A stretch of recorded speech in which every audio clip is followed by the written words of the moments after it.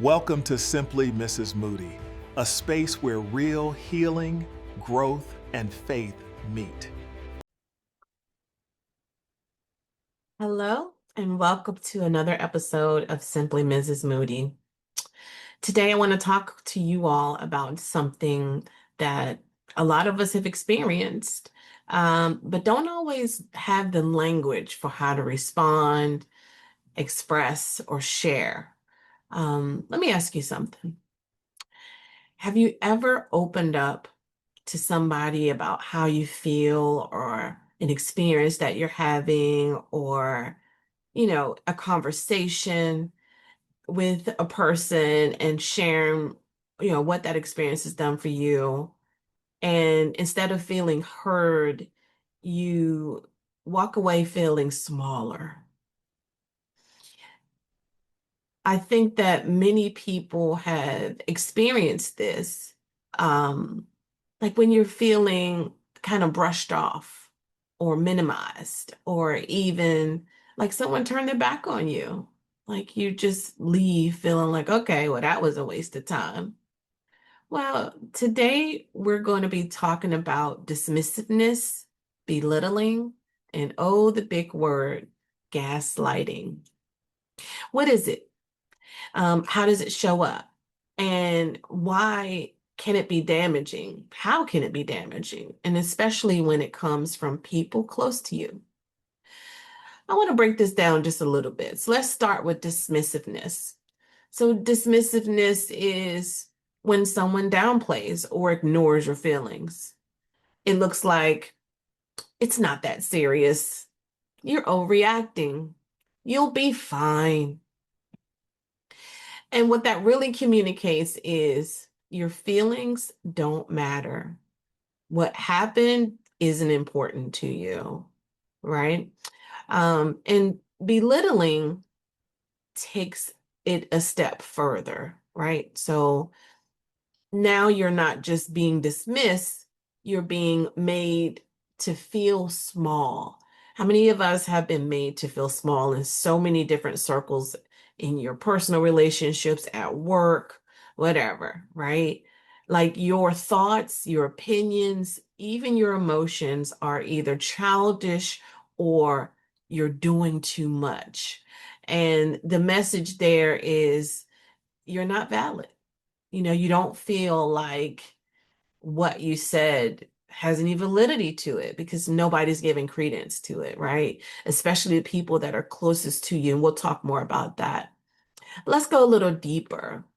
Then we get into gaslighting, which goes, you know, that's probably the deepest, offense I would think we experience with people, especially people close to us, is or even strangers. It doesn't have to be close people. It just hurts more when it's people that are close to us, right? And that's when someone starts to manipulate your reality, right? And it looks like that didn't happen. You're remembering it wrong, or you're too sensitive. Now you're not just hurt, you're confused, right? And you're like reflecting and wondering, okay, and the message becomes, you can't even trust yourself. Am I losing it?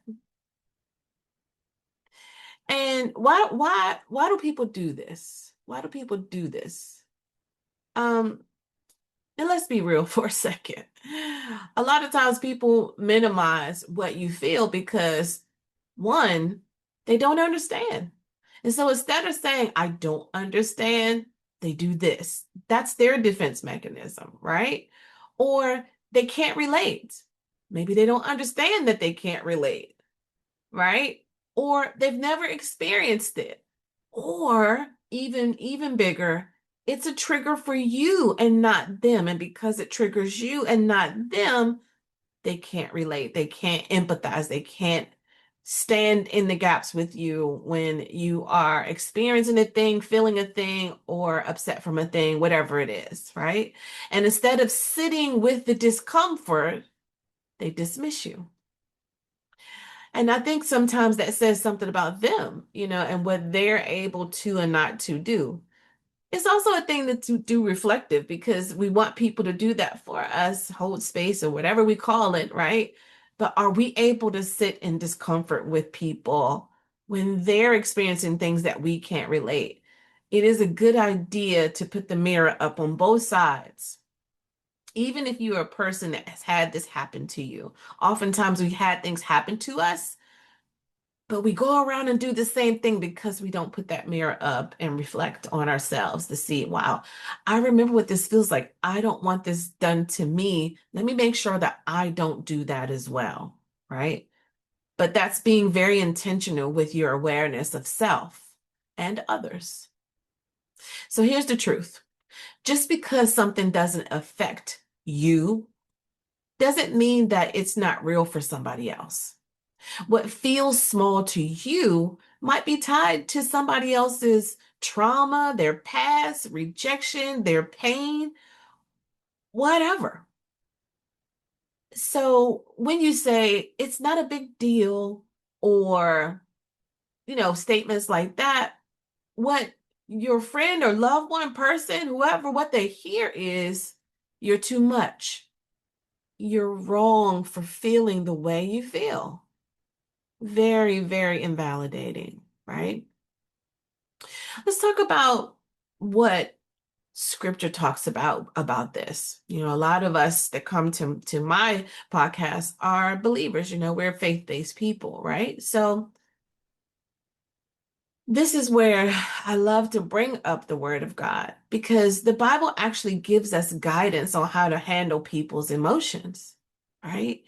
Even if we ourselves haven't had much experience in it. It says in James 1:19, be quick to listen, slow to speak. And if we're honest, dismissiveness is the opposite of that. And we're quick to speak and slow to actually hear people.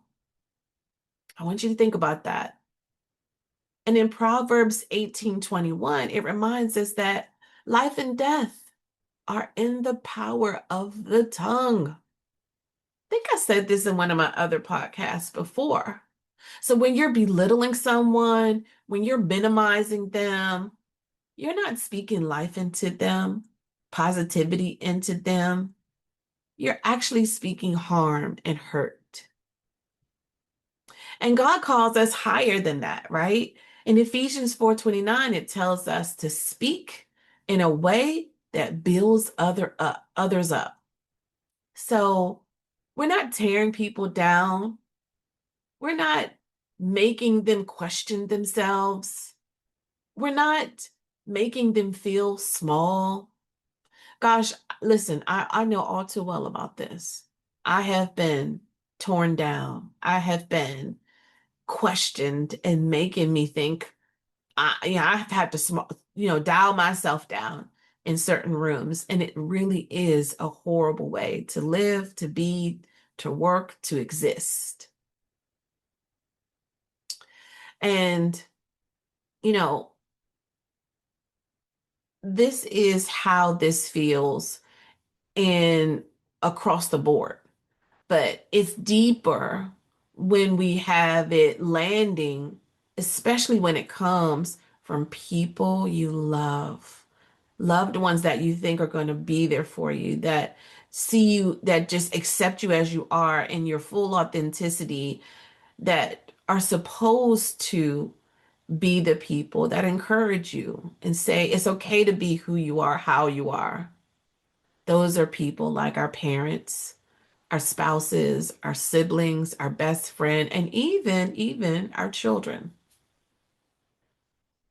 And this doesn't just hurt it does hurt with this group, but it creates emotional isolation. It creates self-doubt. It creates confusion. It creates a place of feeling boxed in. Like I can't tell anybody anything. I can't express anything. I can't speak to anyone. And eventually it silences you. And then everybody's wondering, what's wrong with you? How come you not this? Da, da, da, da, da. People stop opening up at some point, right? And it happens so subtly. It's just little things along the way. And we don't know to call them out because we don't have the language. This is why we're having this talk today. Because why would I share with someone who keeps making me feel like I'm too much? Why would I share with someone who even if you couldn't relate, is not able to sit in the uncomfortableness with me? I remember this conversation, my husband and I were courting. Um, and I don't even remember what it was that made me really upset about something. And he just couldn't relate. I mean, he actually said in so many words, and I can't remember exactly because this was years ago. Um, you are making a mountain out of a molehill, kind of. That was the kind of response that he gave me. And I got really upset. I was like, how are you going to tell me how this experience is affecting me? If it's not affecting you that way, that's fine. But because you care about me and love me, it should matter to you that I feel this way. Because if it was the other way around and I couldn't relate or understand, it doesn't matter if I can relate or understand. What matters is my love person is affected by this thing. So I'm going to sit in it with you whether I understand, can relate, agree, or not. And we're going to talk more about that. So, I want to talk about this from a mental health perspective, you know, because over time, this shows up as for people, it creates a level of anxiety, depression, low self esteem, people pleasing, and second guessing yourself. And I have to be honest to tell you this, that I am one who has experienced all of these, right? And so just because I teach it, I think sometimes the best teachers are the people who have experienced it. So I know from what I am speaking. Okay. Um, Now let me say this. I really do want to say this. Some people, it mirrors emotional patterns of abuse. I, I just got to be honest about that. People don't take emotional abuse seriously, but it definitely can lead to that if this is a consistent thing. And I think sometimes people don't realize that they're doing it. And then I think other people who they do it to might have a hard time confronting it or expressing the situation. And maybe people dig a little deeper into, oh, you just saying this, instead of listening and hearing one's heart. It goes back to our faith-based situation where it is a matter of the heart. Are you protecting my heart? I mean, is it your job if you are my sibling, if you are my child, if you are my husband or mate, if you are my best friend? Yeah, you should be protecting my heart because I'm going to be the one looking to protect yours as well. And you have to decide, are you hurting or harming people with how you are? All right. So let me say this. Everybody who does this isn't trying to hurt you. Okay, I wanted to get that out the way.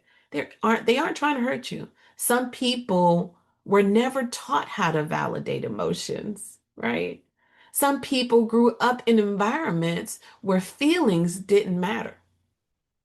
And that's a very cultural thing, especially in African and African American cultures. But hear me. Intent does not cancel out impact. Just because you didn't intend to do it doesn't mean that the impact still didn't take root. You can mean well and still cause harm. So, what should it look like instead? Well, validation sounds like I may not understand, but I hear you. I'm here for you. That makes sense. Why you feel the way you do. How, that makes sense. I see this as a lot for you. Why don't you tell me more about what you're feeling, what you're thinking, what you're experiencing? And let me be clear, validation doesn't mean you have to agree with whatever that is. It just means acknowledgement. I think a lot of times we get stuck on that. Well, what if I don't agree with it? Well, it doesn't make it less true or real for the person that you're holding space for or you're caring about or whatever. It doesn't have to always be a fight. It's easy to just acknowledge, I see how you can feel that way and leave it there, especially if you can't relate, understand. But I see how you can feel that way is validating in a way or acknowledging in a way that doesn't, you know, doesn't take away from you and doesn't hurt the other person. So if you find yourself on the receiving end of this, I want you to name it, right? Be courageous, name it. I feel dismissed when my feelings are minimized. And say that. And then I want you to set boundaries. I need to feel heard in this conversation. I need to feel heard, whether you agree or not. Because you would want to be heard, whatever you have to say. And I may or may not agree, but that's not the point. And then I want you to check your circle of friends and family or people around you. Are you emotionally safe with people around you? And I know at work these things happen in professional ways. That's not what I mean. A lot of times, what I'm talking about right now comes from the people who are closest to us. But I will say a lot of the stuff that I'm talking about right now has happened in workplace settings and things like that. And the way you address that is a little differently. But I do think that naming it is important, even in the professional settings. I feel dismissed by, you know, when my feelings are minimized or when my ideas, you can make it work related, when my ideas are minimized, or I feel dismissed when my opinion isn't valued, right? And you can also set boundaries. I need to feel or know that um, I can be a contributor to the conversation in meetings, that my opinions, my thoughts, my ideas are valued, whether you do them, use them or not. They are acknowledged at least.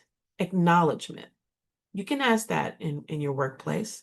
You can name it and ask that in the workplace. And it's not so much at work, am I emotionally safe with the people around me? This is more personal, but you still can check your circles for people who you can see um, that respect, show you respect, that give credence to what you say and hear you, even at work, right? So your circle matters, even in your work life. And most importantly, don't let someone else's lack of understanding make you question your reality. Mm-mm. And sometimes they're not going to say, I don't understand. Maybe they don't have the language, but you can see. And just because you don't understand doesn't mean that what I'm thinking, feeling, or expressing is false or wrong or invalid. Everybody wants to be seen, everybody wants to be heard, and you deserve to have your experiences acknowledged, have your thoughts, your opinions, your ideas, your feelings acknowledged, even if someone doesn't fully understand them. Just because I didn't hurt them doesn't mean, just because it didn't hurt them doesn't mean it didn't hurt you. So my advice is Utilize this information, practice the language, protect your peace, honor how you feel, and surround yourself with people who don't just hear you, but take the time to understand you. And if you're listening to this and you're realizing you've been dismissed, unheard, or emotionally unsupported, and you don't have anyone to talk through that with, you don't have to walk any of this alone. And so everybody knows I'm a therapist. My company is Special Hands Outreach. We have the support for you there, mentally, emotionally, and spiritually. And we love to help you process what you've experienced, and to help you rebuild your sense of self. If you are interested, please give us a call at 443-256-56 443-256-5290. Or you can visit us at specialhandsoutreach.org. Again, that's specialhandsoutreach.org. All right, guys, this is Simply Mrs. Moody. I hope you all have a blessed and wonderful rest of your week. Take care. For support, contact specialhandsoutreach.org at 443-256-5290.